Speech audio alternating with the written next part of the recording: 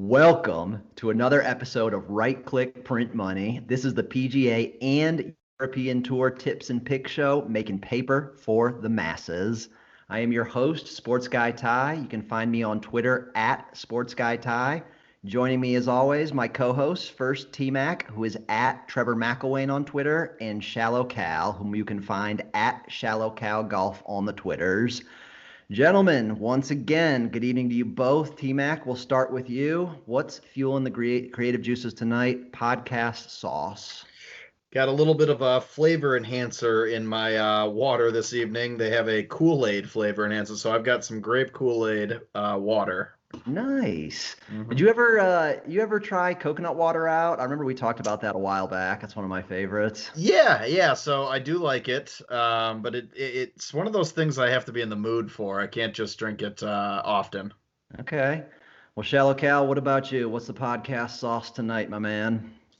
Honestly, this is the first one that I've had this year. The mainstay. I always brag about having Oberon in my state. Unfortunately, it's not quite as good as it used to be. And I'm probably sure that both of you guys can attest to this. You used to not be able to see through it. Now it's almost like a Bud Light orange. Bell's is such a great brewery. I'm a little disappointed that they've diluted one of their products and one of their flagship products even. So quick story, when I lived in Chicago for, after college, I ordered an Oberon. I was very excited to see they had it, and they poured it for me. And I looked at the bartender. I said, I'm really sorry. I don't mean to be a snob, but from Michigan, this is not an Oberon. I don't see, the haziness that I'm used to. Sediment. And so the bartender said, "Oh, my bad. I might have, made a mistake. Poured it out and poured it again." I saw them do the Oberon tap, and that's where I realized they had kind of sold out a little bit.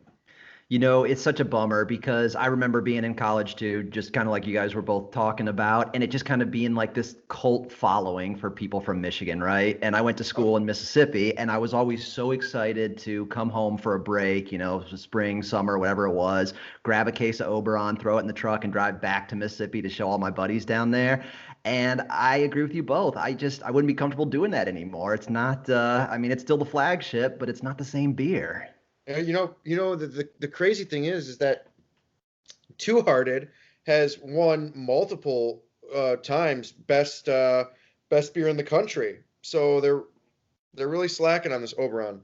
So definitely cross Bell's off the list of potential sponsors. Add them to our negative list with BetMGM. Although BetMGM's doing better. I bet I had a bet last week that I literally made right before the show, and I had better odds than ShallowCal. Yep, sure did. So they're improving.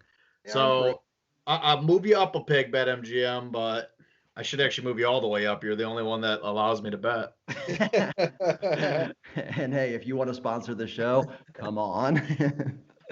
All right. Well, tonight this is a very professional podcast, by the way. Very professional. So tonight I'm drinking a Cerveza Del Rey. This is a Mexican style lager from Brew Detroit. You know it, Nice. ShallowCal? I actually picked up a 4-pack this afternoon at Kroger. I saw it and was like, meh, why not? So I did the same thing, a 4-pack of the Pounders, Tall Boys. I couldn't believe the price on it, first of all, for a microbrew, and it just seemed like the right time of year to be drinking a Mexican style lager. It's What fantastic. about Koozie of the Week? And not to be forgotten, Koozie of the Week this week is the old school Bay Point Invitational. Now, I realize I'm in the wrong part of Florida for where the PGA Tour is this week. The old Bay Point used to take place up in the kind of the Panhandle area, Panama City. No longer in existence. I believe 2011 was the last year, but I did want to stay with the Florida swing for the Valspar this week. Nicely done. All right, well, we've got a good problem that's developed here the past couple weeks, gentlemen. I need to pause before I get into the show agenda and run down where we're going to take it tonight because winner, fried perch dinner. 2 winners again last week. ShallowCal, the first round leader savant, Joost Luiten, 40-1 at the Lopesan Open. Well done, sir. That's a couple for you now. Yes, it is. And we'll talk about the sweats later, but when I woke up, it was on Thursday morning to see that young man out there in the lead. Let me tell you, I was happy. Very happy. Well, we will definitely get into that as we again recap our right click print money winners later on, as well as talk those weekend sweats. Second half of that double up this week, both ShallowCal and yours truly hit on Marc Leishman and Tmac's boy Cam Smith, 11-1 at the Zurich. That now makes 8 outright winners and 3 first-round leader hits in 2021 for our crew. Let's keep it going, boys. I gotta say one thing. I can't hate Cam Smith. It's one of those things where you want to, and then he breaks out that mullet, man. And you want to stay mad, but you kind of crack a smile, kind of like when you were mad at your parents when you were a kid, and then you're like, God damn it, Cam. You son of a. Well, I'm glad to hear that, and I think you're going to like your question of the week this week then. Oh, wonderful. So quickly, we are going to recap the Zurich Classic as well as the Gran Canaria Lopesan Open. We'll talk more about our right-click print money winners from the week, also give you our bogeys of the week that we completely missed on, talk through our weekend sweats, and as always, we'll preview the PGA Tours event, the Valspar Championship this week, and we're going to keep sticking with this format for a little while. We're going to add in Euro as well, so we're going to preview the Tenerife Open, the second leg of the Canary Island swing. Before we get into all of it, let's pay the bills. Let everyone know where they can find the show each week. ShallowCal, the honor's yours. So we are on Google Podcasts, Spotify, Stitcher, Apple Podcasts. If you're going on one of those platforms, please download the episode. They don't count when you just listen to it. If you can download it, even if you don't listen to it, just download it. That's a huge help for us. If you want to see my beautiful face, my beautiful hair, Ty's ugly mustache, Trevor's strong beard, hit us up on YouTube. We have our Right Click Print Money YouTube channel. And then we're also on Twitter, as SportsGuyTy said, at Right Click Picks.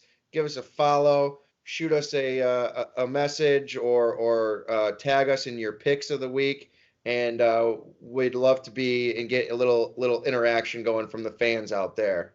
Excellent job, my man. And as Callow said, if you want to see this beautiful furry caterpillar above my lip, you better do so quickly because the wife has booked some belated newborn photos for our now almost 5-month son here in a couple of weeks. And she has unceremoniously let me know that the mustache will be gone for those pictures. He better be wearing those J's. Oh, he's been wearing the J's to school every day, and he's making lots of friends. Awesome. All right. Well, another thing we started doing a couple weeks ago, we're going to read a new podcast review that listeners leave every week, something we started about 3 or 4 weeks ago. Remember, if you're going to do it, let us know who you are, where you're from, tell us something you like or don't like about the show. We love the engagement. And so, Tmac, I know that you've got another one for us hot off the presses. We do. From Flaw Golf 999. Great show. Really enjoy the show and great insight. Excellent. Hey, we're building that base. We appreciate it. Keep them coming. Are we sure he didn't leave that for a different podcast than accidentally for ours? But hey, thanks, Flaw Golf. I appreciate it. All right. Well, and as we have been doing here recently as well, leading off the show with a couple topics pertinent to the world of golf. One question for each of you. The guys don't have these in advance, so this is truly shooting from the hip, no prep work. Just quick gut reactions, and then we'll all talk about each of the questions. So for you first, Tmac, your favorite, Cam Smith, the mullet known round the world. Mm-hmm. Cam Smith and his fashion statement has become a staple on the PGA Tour, and it's really made him a fan favorite. But we almost saw the last of the mullet this past week. Smith had promised his girlfriend that when he next won a tournament, he would cut the mullet. Well, as we know, the Aussies won in New Orleans, and he hasn't cut the mullet, saying that he's apologized to his girlfriend, but it's here to stay. Fair or foul? I mean, fair. If it's not broke, don't fix it. Again, I'm salty, but when you look at it, I'm mad because he played well. How can you be that upset with him? I mean, Stuart Sink had a hell of a round. I almost hit a really good bet. But, I mean, it's one of those things, like I said. I had my week to sulk about it. I'm over it. Cam Smith, you got me back on your wagon there. I love it. Love the mullet. I hope it stays forever. And I'll tell you what, you win a major this year, I'll consider doing a mullet myself. You heard it here first. We're going to mark that down at 9:07 p.m. on Tuesday, April 27th. Tmac with the mullet if Cam Smith wins a major. Shallow Cal, you're also part of the long hair crew. What do you think about Cam's mullet sticking around? Not only is it the mullet, but that thin rat stash that he's got. I mean, it's just a whole vibe, man. Fantastic. Does anybody remember what happened to Samson when he cut his hair? He lost all his powers. Cam Smith, keep it rolling, brother. Keep it going for the long hairs. Honestly, I think it's a great look, and he can turn that into dollar signs, man. You got that look. You could get it. Is Herbal Essences still around? L'Oreal? Like, I mean, who's on the Cam Smith long hair bandwagon here? Who's the shampoo company that's going to snatch him up? I mean, it's fantastic. The young man has done very well for himself. He's really created a persona out of this mullet, and it's awesome. I mean, truly a fan favorite. A lot of the crowd that watches PGA Tour golf can really relate to Cam Smith because of a move like this. And I love it. I mean, I'm all for it. As Tmac said, if it ain't broke, don't fix it. He's playing good golf. I mean, that's why we know Cam Smith, because he's playing good golf, but the mullet certainly helps. And as far as, kind of breaking off the promise to the girlfriend, listen, I am sure that wasn't anything that my friend Mr. De Beers couldn't help fix after that victory. She probably has something a little more shiny either on one of her hands or possibly around her neck after that victory and breaking the promise. So I think everybody probably comes out on top there. Yeah, definitely. All right, Shallow Cal, your question. LPGA Tour has found a good bit of success generating exposure for its product and interest in said product the past 2 weeks by changing its tournament schedule. Instead of the traditional Thursday to Sunday finish, the ladies have played Wednesday to Saturday in consecutive weeks. What's more, the events have been televised in prime time by virtue of the time zone difference. They were in Hawaii first and then LA. Do you like this switch by the LPGA, and is it better than the alternative that's been considered, which would have had tournaments played Sunday to Wednesday to try and generate a little bit more exposure? Honestly, I think whatever is going to get the ratings up, and trust me, I would not mind some golf sweats Monday through Wednesday. My heart would not like me, but if we can start gambling on LPGA Sunday through Wednesday, we might have to have another podcast segment for that one. Oh goodness. I really like it because my daughter can sit there and she doesn't have to watch male golfers all the time. She can sit there and she can see people that are more relatable. And having just this summer started getting my son and daughter into golf, their first golf clubs, and having them actually really enjoy going to the course and hitting golf balls and being out there and putting and whatnot. I think it's a great thing. I think it's fantastic, and I'm really excited to see where this snowballs into, or what this snowballs into, and where we go from here. Tmac, have you watched any of the ladies golf the last 2 weeks with the switch? Will you watch any going forward? I mean, if it was on TV when I'm watching TV, absolutely. As you guys know, I work in real estate in one of the craziest sellers markets and possibly all time. So I really don't, I mean, I get home at 8, 9 o'clock at night. I'm in bed by 10:30 most nights and up at 6:30, doing it all over again. So, yeah, I mean, I will if I ever can, but the problem is it's coming up on fishing season. So any off time I have is going to be going to fishing and golf, really. So competing priorities, to be certain. Absolutely. I love what they're doing with the ladies game. I'm a big fan of the LPGA, and anytime that I can fit it in even more conveniently, I'm all for. I love the Wednesday to Saturday format, first because, as Shallow Cal alluded to, we get an extra day of golf. I mean, we're starting to watch golf on Wednesdays now, which I can certainly get behind. And it's just great exposure for the ladies. They get a day that's standalone where all the focus is on them on Wednesdays. I love how they pulled this off during a West Coast swing in Hawaii and LA. So not only are we getting it on a Wednesday, we're getting it in prime time on a Wednesday. So, I can get through watching a couple of the shows with the wife, and then we get to flick on a little LPGA golf. I think it's fantastic. Also love the setup finishing on Saturday, because although Saturday is, often referred to as moving day on the PGA Tour, it can be kind of part of that 4-day schedule where there's a bit of a lull, right? If you're not, super fixated on a particular golfer or a couple guys that you've wagered on, and you've got a vested interest in something happening on Saturday, at least for me, that's kind of the day where I tend to kind of fade away. I do some stuff with the family, do some stuff around the house, etc. Now that it's the finishing day for the LPGA, I'm happy to put that emphasis back on Saturdays. I mean, and there's been a couple great finishes the last couple weeks, so I love what they're doing, thinking outside the box. More of it, please. All right, back to the men's game, and let's jump into recapping the Zurich Classic quickly. No winners this segment. We'll get to it shortly. But first of all, as we mentioned off the start, Aussie, Aussie, Aussie. Oi, oi, oi. Oi, oi, oi.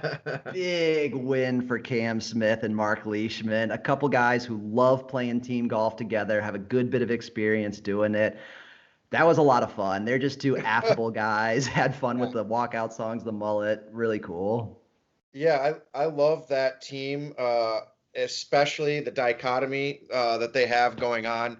You got this mountain of a man in Marc Leishman. I mean, I guess he's big. He's 6'2". Oh yeah, pretty good sized dude. And then kind of skinny Cam Smith, and that's just with the long hair and everything. It's a really it was a really interesting team to kind of watch.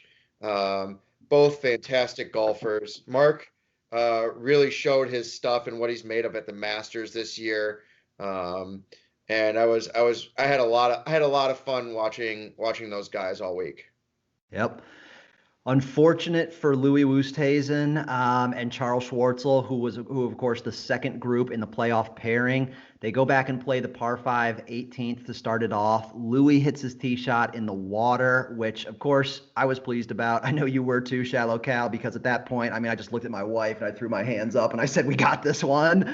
But a little bit of a bummer, sucking some of the drama out of it. I actually saw some interesting conversations on Twitter. So, they were playing traditional foursome, right? Instead of both hitting a tee shot, you got to decide before the round who hits tee shots on even holes, who hits tee shots on odd holes. Saw a little bit of a conversation about, should every golfer be hitting a tee shot on every hole, and then you avoid that. You don't have the playoff essentially over off the tee in the water. Your thoughts, Tmac, on that approach? Yeah, I mean, that's the way we always play it, but we're also not professional golfers, so most of our shots are terrible, so we need those extra drives. But I do think it's a little bit more exciting, and then you kind of allow, somebody just to kind of rip it and grip it, and grip it and rip it, and then somebody else to play it a little safer, so I like it. Yeah, I mean, I'm honestly fine with the way they play it the traditional way. I think again, most of the drama happens before a playoff, anyways. So I was fine with it. Again, a little bit of a vested interest there, but that's all right. So team format, a great time for this in the schedule. I think we were all texting about it a little bit the last week or so. The PGA Tour schedule can be a bit of a grind. They play 50 events in a year, and it's just a lot of the courses have their own charm, their own uniqueness, right? We look forward to different tournaments for different reasons, but you get to this point in the schedule kind of in between majors and it's just kind of slogging along. I love the fact that the Zurich went to a team format, and ShallowCal, I know you're a fan as well. Yeah, big fan. Breaks up the schedule a little bit, much like the WGC match play event. Do you want to see it 3, 4, 5, 6 times a year? No. But having it where it was in the schedule this year was absolutely perfect. It was a hell of a lot of fun watching this week, and I know that next year I am going to look forward to this event again. Although the betting was a little wonky and the odds go real lot shorter on a lot of these guys, which isn't necessarily the best for us handicappers, but as a pure entertainment perspective, fantastic weekend of golf. Absolutely. Definitely. Either of you boys see any of the wildlife, native wildlife out on the course this weekend? I only get to watch highlights, so no, not really. The long handle broom that they were shoving the gators back into the water with was fantastic. I absolutely loved it.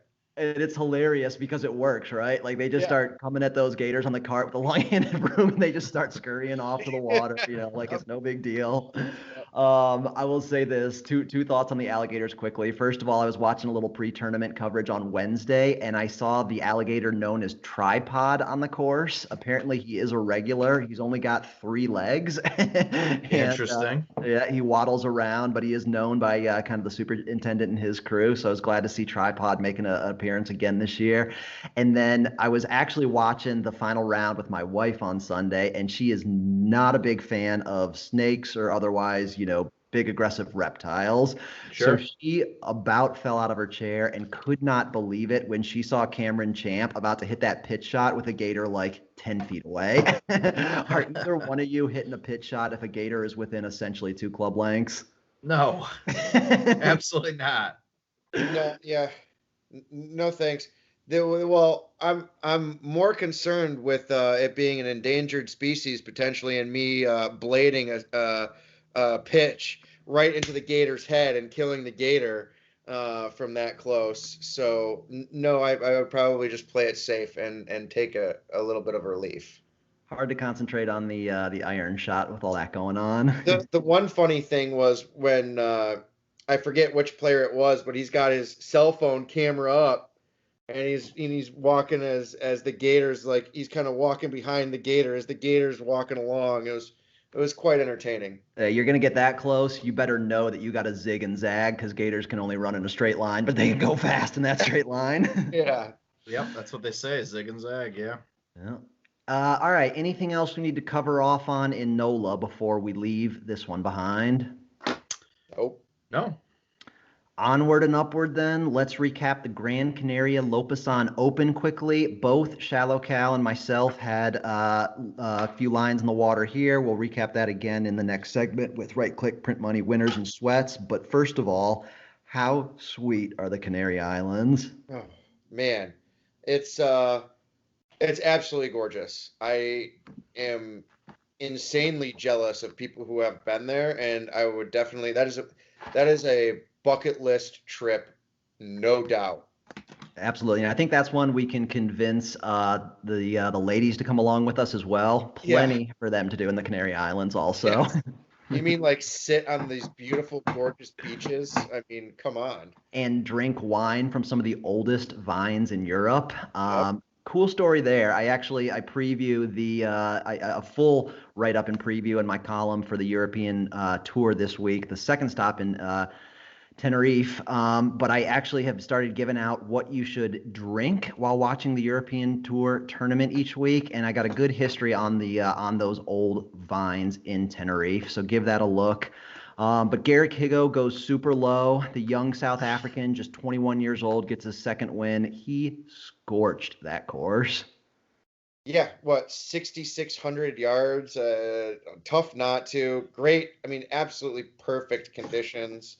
Yeah, he really, really distanced himself day 3 and 4. He just absolutely buried the competition and honestly buried that course. I mean, it was his tournament to lose when he started 5 under through 4 holes on Saturday. I mean, you can't start off any better than that. He separated. I know a couple of guys like Connor Syme fell out of contention with that 8 on Sunday. Thorbjorn Olesen went even par on Saturday to kind of take himself out of really competing at the end, but still an impressive win by Garrick Higo, his second at 21 years old in the European Tour.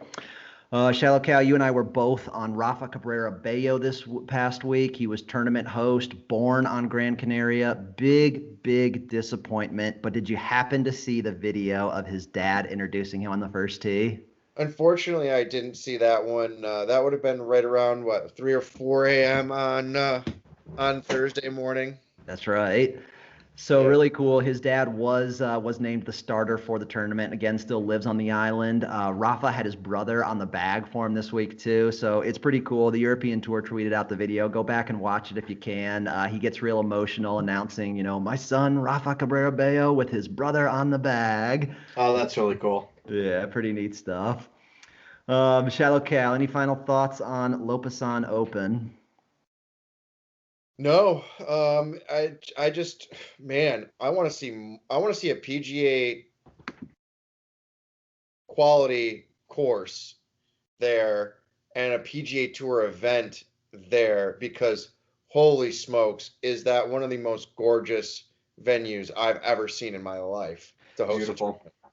So no doubt. I mean, I think this is the first time that the European Tour has been in the Canary Islands since 2005. I think this has got to become a regular stop. I think there's been enough interest that it's going to be. And hey, now with the broader tie-up between the PGA and the European Tour, exchanging board members and everything, the agreement to coordinate tournaments a little more closely, who knows? Maybe we see something down the road. Yeah. All right, time for segment 3, right-click print money winners, bogeys, and weekend sweats. ShallowCal, we will start with you. What were you right-click printing money on this weekend? So, like you said, Mr. Cam Smith and Marc Leishman had an each way with them, and they ended up winning the whole dang thing. Had that at 11 to 1. Got a nice little kick for the top 5 as well each way. I also had William Ho, as you like to call him, and Bermuda Burns in a top 5 at plus 360. I also had Tony Finau and Cameron Champ top 5. Oh, wait, that's right. They bottomed out and finished outside of what? Everything. Yeah. So that was my only 2 for the week. Well, Tony Finau was leading on a Friday on the PGA Tour. What could possibly go wrong? Oh man. So that was those are my 2 for the Zurich. I finished even with the outright each way winner and the top 5. I finished a paltry negative 0.37 units for the PGA Tour, but more than made up for that on the Euro Tour. We'll talk about that later. Well, go ahead and give us your winner on the Euro Tour. We're in the right-click print money winner segment. All right, so I had Joost first round leader at 40 to 1, and unfortunately, as the day went on, there were multiple members of that tournament who kept creeping up there and slotting themselves in. So that 40 to 1 ended up getting divided and chopped, and I only got 10 to 1 on that, unfortunately. I had the Sam Horsfield outright each way. He finished in the inside of the top 6. So he did not win, unfortunately. So I got a nice 2.3 unit return on that and finished 4.425 units positive on the Euro Tour this past week. So got a nice little bit more than 4 units positive for the entire weekend. Nice collection of winners for you, sir. Yes. Tmac, any paper printing for you this week? Well, I knew you guys would be very fruitful, so I wanted, for the sake of the podcast, keep it short. I didn't have any winners. Good week for me as well. As we mentioned, hit on Marc Leishman and Cam Smith, the Zurich 11 to 1 plus the each way there. I also had an outright with an each way on William Ho and Bermuda Burns at 22 to 1 that cashed with that T4 finish.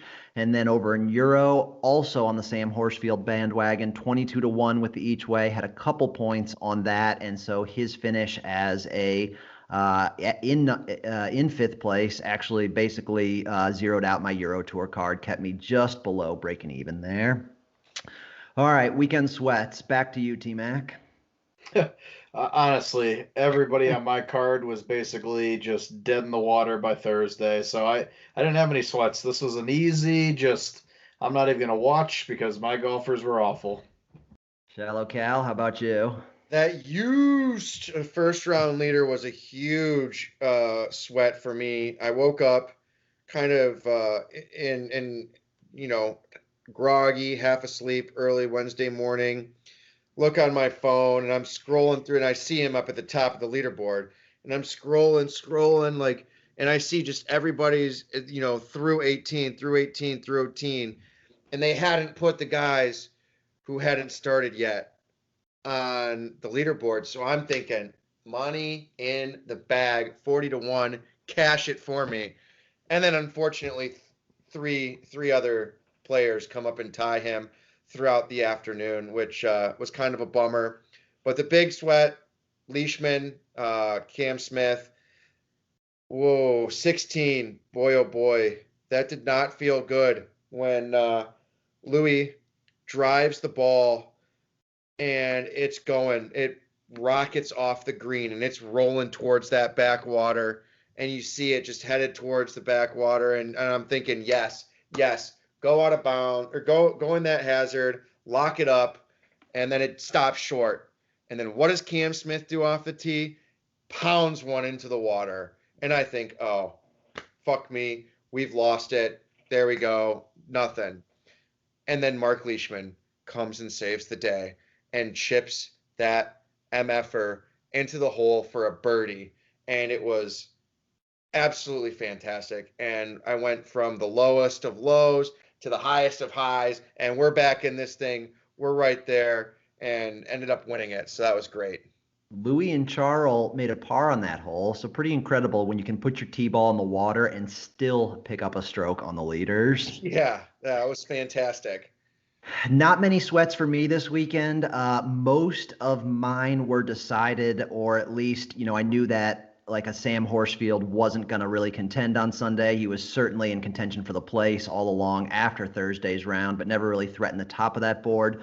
Little bit on William Ho, Bermuda Burns, kind of Friday into Saturday, but that faded quickly. And then I was right there with you, ShallowCal, just basically sweating out the winner with Marc Leishman and Cam Smith and getting through those final couple holes there in New Orleans. Yeah. All right, Tmac, you had a plethora of them to pick from, it sounds like, this week. Give us a couple of your bogeys of the week. Oh, that was easy. I mean, if you just go through my entire card, it's pretty much all just garbage. I mean, Im and Benyon, I mean, they were terrible. Stewart and Knox, terrible. Putnam and Harrington, terrible. Pretty much every tip I gave last week couldn't have been worse. So Snedeker and Mitchell were there at the They end. were. Snedeker and Mitchell were probably my only okay one. Sniffing around. Still, everyone else awful. Man, there's going to be weeks like that on the PGA Tour, no doubt about it. Yeah. ShallowCal, your bogeys of the week? My bogeys of the week. Man. Tony Finau. Gosh, you play so well throughout the week, only to just somehow come unhinged on Sundays or on a final hole or in a playoff or in something. But my God, come on, do it for me one time, baby. I just don't get it. It's that mental block. Listen, Tony did about all he could this weekend. He was carrying a lot of dead weight with Cam Champ for most of those 4 rounds. Yeah. And then I guess the other one, Colin Morikawa and Matt Wolff. That was I don't know.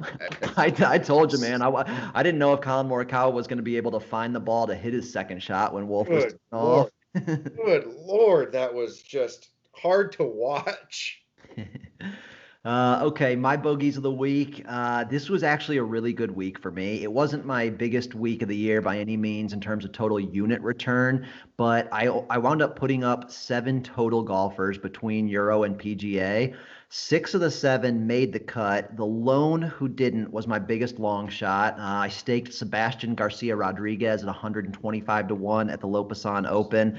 Actually had a pretty darn good start to his first round and kind of came apart at the end and never really recovered Friday. So he's my bogey of the week. Only one of the missed cut of my 7 golfers I put up, so that one feels pretty good. I go up 17.6 units at the Zurich Classic this week on the PGA Tour. A slight loss of negative 1.2 units on Euro. I am up 94.35 units combined on the year. That is a new high for the season. Feels pretty good. ShallowCal, I know you're in the positive as well. Plus 22.545, I believe, if I'm reading you correctly. Yeah, them dead heat rules are making this math really damn hard on me. Every time with the chop. Tmac, you want to give your number? Yeah, I was negative 16 units on the week last week, which puts me at a whopping negative 68.25 units on the year. Again, folks, we got what you're looking for. You got two winners that are betting, positive units, and one that's not. So avoid my bets at all costs and follow ShallowCal and SportsGuyTy. Yeah, you got multiple strategies to choose from here. You can completely fade all of T-Mac's picks, go the opposite direction, and probably come out all right. but I might start fading my own picks. you can start tailing ShallowCal and I. We'll send you our picks Monday night. But as we talk about every week, and all it takes is one. We had the big hit, all three of us, back in February at the Genesis with Max Homa, 70-1. I mean, you turn that one around, and all of a sudden you're back in the black, my friend. Yep. All right, well, we will end it there for the recaps, get a little bit forward-looking now, and let's jump into the Valspar Championship, one of my favorite weeks of the year. Copperhead course at Innisbrook Resort, just outside of Tampa, Florida. First time this tournament's been contested, actually, since 2019. Didn't play it last year during the pandemic. Couple more changes. No longer part of the Florida swing. It moves from early March to now the end of April. One of the toughest tests in golf outside the majors. Scores are never particularly low, and bogeys are definitely going to happen at Copperhead. Past winners here, Paul Casey is actually the two-time defending champion. 2019, he was 8 under, 2018, -10. Then we had Adam Hadwin in 2017, -14. Charles Schwartzel in 2016, -7. And your boy, ShallowCal, Jordan Spieth at -10 in 2015. How about some course He's not advice? playing this year, though. He's not playing. It actually, you know what? I think that ultimately the change in the schedule is going to be good if Valspar sticks here. We've got a little bit stronger field than I was anticipating. A little surprised not to see Jordan as a past champion in this one. He hasn't played in a few weeks, so hopefully he's getting his rest in and going to come back firing. Because I cannot wait to spend money on that guy. Man, we know you love you some Jordan Spieth. Yeah, almost as much as Tiger. Yeah. Almost as much as Paulina Gretzky. Let's not go that far, guys. One thing we haven't talked about at the Valspar is the famed snake pit, which if you are watching on the YouTube broadcast, Tmac has got the 17th hole up behind him at Copperhead there.